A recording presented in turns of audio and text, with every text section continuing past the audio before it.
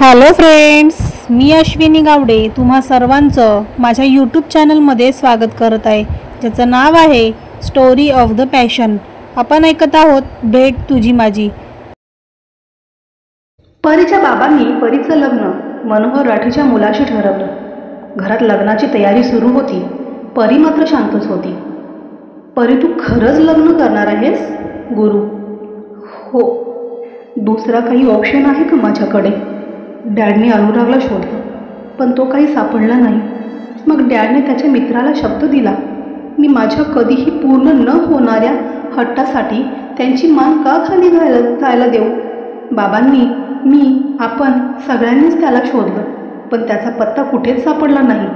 अजूनही माझे एक मन सांगतं की अनुरागने मला फसवलं नाही, तर एक मन सांगतं जर तो खरा असता तर त्याने त्याचा ॲड्रेस, कॉलेज चुकीचं का सांगितलं? विचार करून माझं डोकं फिरायची वेळ आली. परी रडत होती. हे बघ, तू निर्णय घेतला आहेस ना, मग झालं तर मागचं पुढचं सगळं विसर आणि नव्याने सुरुवात कर. नुरवी परीला समजावत होती. कसं विसरू नुरवी? त्याच्यासोबत घालवलेला एक क्षण मला आठवतो. आम्ही 8च दिवस एकत्र होतो, पण 8 जन्म एकत्र असल्यासारखं वाटत होतं. बाहेर येऊन जर आम्ही असे वेगळे होणार माहीत असतं ना, तर मी बाहेर आलेच नसते. हसत हसत त्याच्यासोबत तिथेच जंगलात राहिले असते. आता मात्र परी पॅनिक झाली होती. तिला जास्तच अनुरागची आठवण येत होती. परी, खालती ये, नील आलेत. विभाने आवाज दिला. चल, आम्ही पण निघतो आता. तू काळजी करत बसू नको. आता घेतला निर्णय आहेस ना, मग मागचा पुढचा काहीच विचार करू नकोस. पुढे जा. गुरु तिच्या डोक्यावर हात ठेवून निघाला. परी आणि नील बाहेर फिरायला जातात. परी त्याला 1-2 वेळा भेटली होती. नील परीला एका गार्डनमध्ये घेऊन गेला. हाय, मगापासून बघतोय, खूप अपसेट वाटतेस. काय झालं? नील: काही नाही, ते आपण असं कधी बाहेर आलो नाही ना, आपली जास्त ओळखही नाही. परी शांतपणे म्हणाली. बस एवढंच कारण? आता होईल ना आपली ओळख. आता आपण नवरा बायको होणार आहोत. नील तिला वरून खालपर्यंत निहाळत बोलत होता. परीला त्याची नजर, त्याचं वागणं चांगलं वाटलं नव्हतं. त्याची नजर सारखी तिच्या शरीरावरून फिरत होती. हे, आपण लग्नानंतर हनीमूनला कुठे जायचं? नील परीच्या खांद्यावर हात टाकत म्हणाला. आता परीला खूपच राग आला. ती त्याच्यापासून दूर झाली. आपलं लग्न झालं नाही अजून. पत्त्यांचा बंगला बांधू नका, एका क्षणात पोचवेल. परी रागीट लूक देत म्हणाली. हे चिल, एवढं चिडतेस कशाला? तुझा होणारा नवरा आहे मी, आणि माझ्यावर असं चिडलेलं मला आवडत नाही. नील थोडा आवाज चढवून म्हणाला. आपलं लग्न झालं नाही अजून मिस्टर. परी ही चिडून म्हणाली. हे चिल, मी असंच बोललो तुला. नील थोडं नरमाईने म्हणाला. आपण निघूया का? परी: आत्ताच तर आलो, काय घाई आहे एवढी? थांब ना अजून थोडा वेळ. नील परीचा हात हातात घेत म्हणाला. बोलताना तो पुन्हा तिच्या सर्वांगावर नजर फिरवत होता. परीला ती त्याची नजर आवडत नव्हती. मला थोडं बरं वाटत नाहीये, प्लीज उद्या जाऊया. आता घरी जाऊया. परी: ओके, चल मी सोडतो तुला. नील काहीशा नाराजीनेच म्हणाला. लग्नाची शॉपिंग सुरू होती. परी मात्र निर्विकार होती. जणू तिला कशाशी देणं घेणंच नव्हतं. मंगळसूत्र घेताना नीलने तिला 4-5 डिझाईन्सचे मंगळसूत्र दाखवले. हे बघ, यातलं तुला कुठलं मंगळसूत्र पसंत पडतं? नील तिला मंगळसूत्र दाखवत म्हणाला. मंगळसूत्र कसंही असो, कुठे फरक पडतो?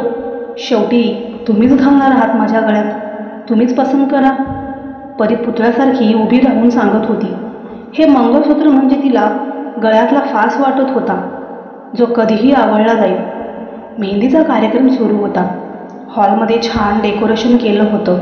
परीच्या मैत्रिणी तिला सजवत होत्या, पण कोणाच्या चेहऱ्यावर आनंद, उत्साह नव्हता. मेल्यावर जसं एखाद्या सवाष्णीला सजवतात तसं तिला वाटत होतं. आणि काय फरक होता? मेलेल्या सवाष्णीमध्ये आणि परीमध्ये? एका प्रेताप्रमाणेच तर होती ती, फक्त श्वास घेत होती. हॉलमध्ये बरेचसे पाहुणे, मेहंदीवाल्या आल्या होत्या. गाणं वाजवणं चालू होतं. थोड्याच वेळात परी हॉलमध्ये येते. विभा तिच्या चेहऱ्यावरून बोटं मोडतात. परीला मेहंदी काढली जात होती. परीच्या नात्यातील काही मुली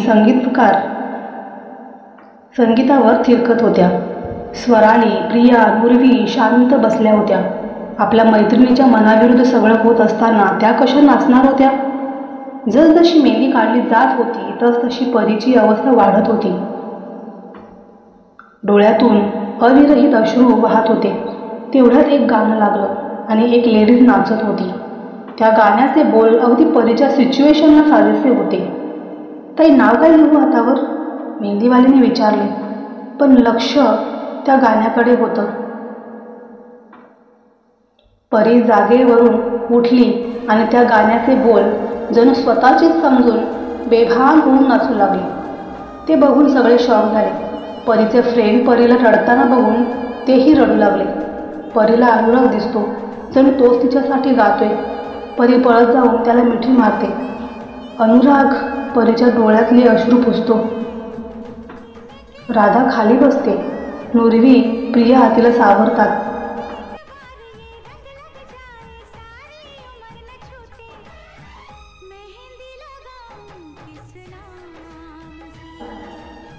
पुन्हा परीला अनुराग गाताना आणि नाचताना दिसतो.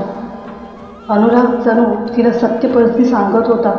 हे ऐकून तर परीच काळीच पिवटून निघत होतं. परी अनुरागच्या खांद्यावर हात ठेवून सांगत होती. अनुराग पुन्हा नाहीसा होतो तशी परी बेबस होऊन नाचू लागते. तिच्या फ्रेंड्सना तिची अवस्था बघवत नव्हती. एका कोपऱ्यात उभी राहून विभा ही रडत होती. बिचारी परी रडून बेहाल झाली होती. ती धावतच तिथून पळत जाते. ती जात असताना तिच्या डॅडच्या हसण्याचा आवाज येतो. तशी तिची पावले थबकतात. हा हा हा, शेवटी आपण व्याही झालो, व्याही. सत्यजित एकदम खुश होऊन बोलत होता. समोरून काही बोलणं झालं. त्यासाठी मला किती पापड बेलावे लागले माझं मलाच माहीत. नशीब झालं ते जिवंत सोडला, कारण त्याने माझ्या परीचा जीव वाचवला म्हणून. नाहीतर साल्याला जिवंत काढला असता. माझ्या मुलीवर प्रेम करायची हिंमत केली त्याने. पाठवले खूप दूर त्याला. किती जणांना पटवावं लागलं. खोटी लोकं पसरवली त्याच्या एरियामध्ये. त्याच्या कॉलेजच्या प्रिन्सिपलना, स्टुडंटना, त्याच्या मित्रांना खोटं बोलायला भाग पाडलं. परीसमोर त्याला शोधण्याचं नाटक केलं. त्याची लायकी तरी आहे का माझ्या मुलीसमोर उभा राहायची? सत्यजित बोलत होते. तेवढ्यात धाडकन आवाज आला. मनापासून त्याचं बोलणं ऐकणारी परी खाली कोसळली. परीच्या पाठोपाठ त्याचे फ्रेंड्सही आले होते. त्यांनी तिला सावरलं. सत्यजित घामाघूम झाला. ते धावतच परीजवळ आले. तुम्ही फसवला मला. माझ्या अनुरागला तुम्ही गायब केला. कुठे आहे माझा अनुराग? सांगा ना, कुठे आहे माझा अनुराग? काय केलं तुम्ही त्याला? बोला ना डॅड. परी कासावी झाली होती. तिला आतुरता लागली होती. ओ डॅड, नाही. डॅड बोलण्याच्या लायकीचेच नाही आहात तुम्ही. स्वतःच्याच मुलीची फसवणूक केली तुम्ही. का असं वागला डॅड? सांगा ना. तो तुमच्या इतका श्रीमंत नाही म्हणून? पैशाने सगळं विकत घेता येत नाही. इतका पैशाचा श्रीमंतीचा माज आहे ना, तर तुमच्या मुलीला मिळवून दाखवा. परी पळत जाते. डायनिंग टेबलवरचा चाकू घेऊन हातावर सपासप वार करते. तिच्या पाठीमागून पळत आलेल्या विनय आणि गुरुने चाकू काढून घेतला. परी खाली कोसळली. रक्त खूप वाहत होतं. पुढे काय होतं हे पुढच्या भागात पाहूया. तोपर्यंत हा भाग कसा वाटला हे प्लीज तुम्ही कमेंट करून सांगा.